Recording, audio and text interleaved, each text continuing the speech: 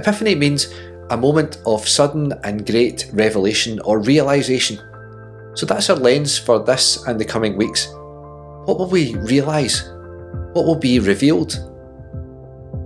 Today, we are catapulted back into a story that we've already heard at the start of Mark's Gospel. We've already been introduced to John the Baptist in Advent. John, this charismatic prophet, is out on the edge of the wilderness, heralding the coming of one who was much greater than him. The Messiah was here, now, and they didn't even know. Jesus comes to John and asks for baptism.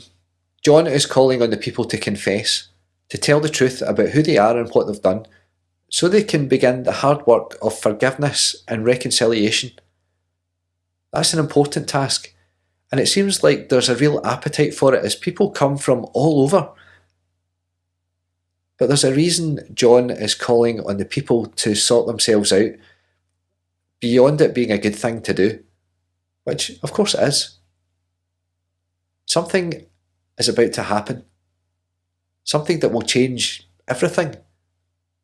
Or should I say, someone is about to happen.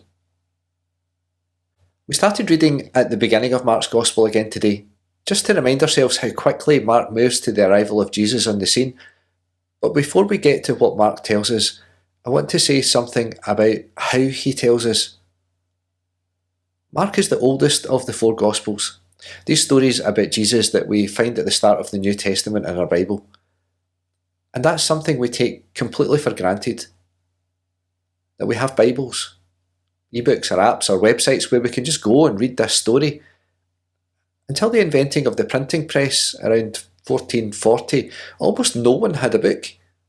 Just for some context, the index of books in Cambridge University Library in 1557 lists fewer than 200 books. It now has over 8 million. When Mark started to write down the story of Jesus, it was a time when nobody did that. It was hugely expensive, the materials were hard to come by, and so things that were written down were precious. Instead, people memorised stories. We call it an oral culture. Stories were told and retold in a format that was easy to remember.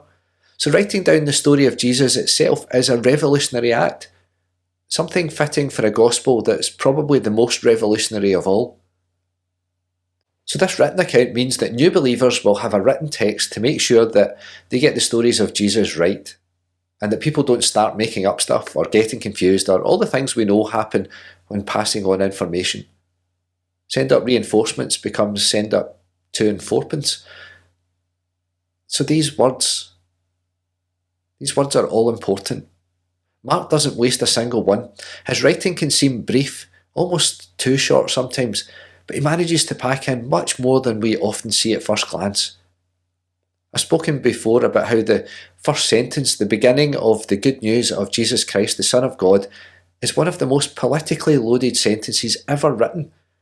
And Mark just keeps going.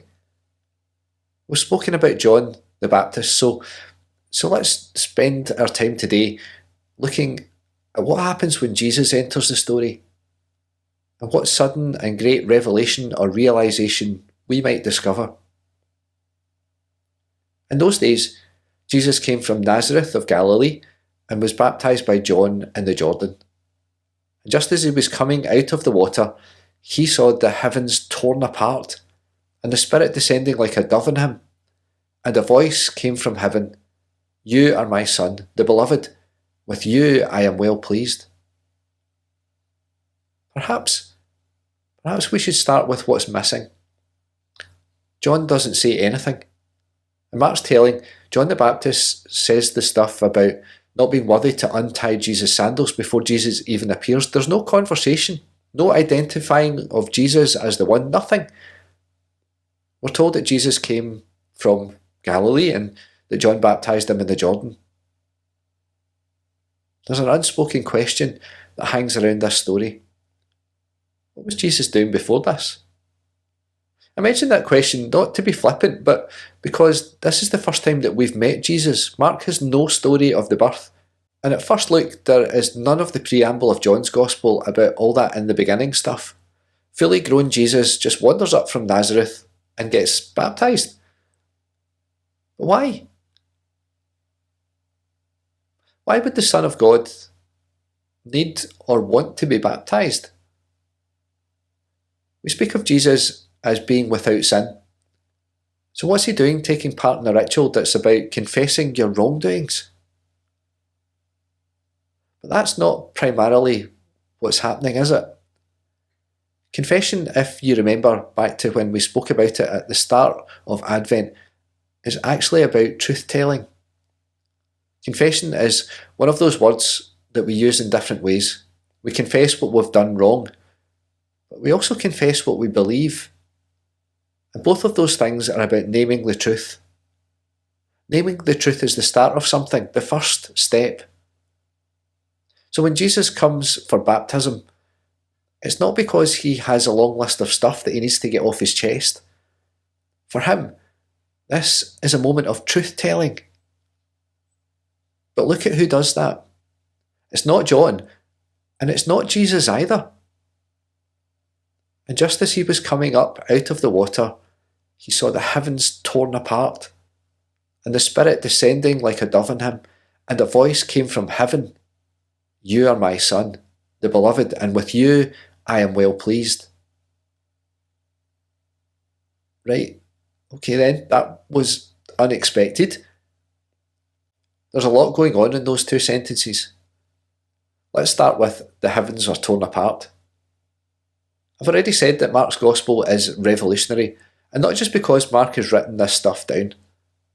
Mark's Gospel is a highly charged political statement advocating a complete overturning of how the world works.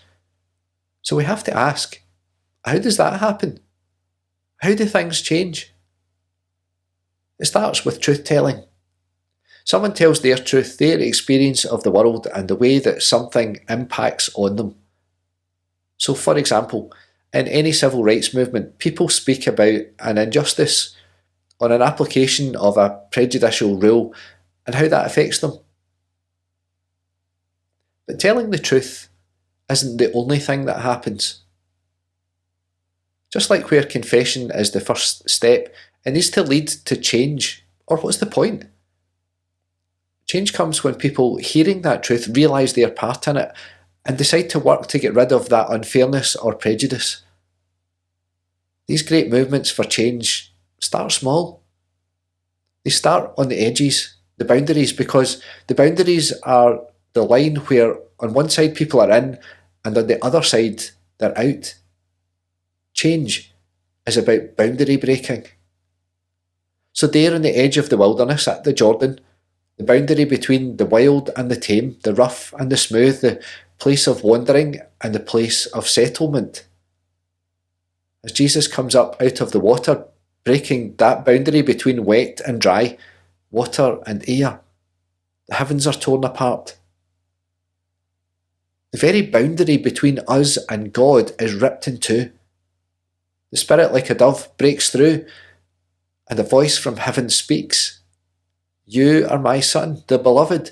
With you I am well pleased. The truth has been spoken. The confession has been made. But what now? Just as with any other confession, we now have a decision to make. What will we do with this truth that's been told? Will we deny it? Will we decide that it didn't really happen? Will we pretend that it somehow doesn't mean what it says? Or perhaps we'll think that this isn't a truth for us here and now. Will we try to disprove it, deny it, undo it? Trying our best to reseal the heavens and restore the boundary, because to be honest, that would be better, wouldn't it? I mean, who wants God wandering around among us? That's way too much responsibility. That demands far too much from us. Because the telling of that truth, well, that means we have to take seriously the fact that God has come to us in Jesus, and that God is interested in reconciliation with us to transform the world. But here's the difference. Usually when someone who has been excluded or treated unfairly speaks the truth, we can decide not to listen, or that their truth isn't our problem, or that they aren't even really telling the truth because their experience is so far from ours that we can't even imagine what it must be like. So we ignore them, and we hope it will go away, or we punish them for exposing something that we all knew but went along with because it benefits us. We can decide not to move the boundary. We can decide to continue to exclude. But that's not quite the truth of this event. God decided to rip open the boundary. There's nothing we can do about it. We can't put it back, no matter how hard we might try. And we've tried pretty hard through history. The boundary is forever broken. God is on the loose. And that's the truth. And if that realisation or revelation doesn't change everything, then I don't know what could.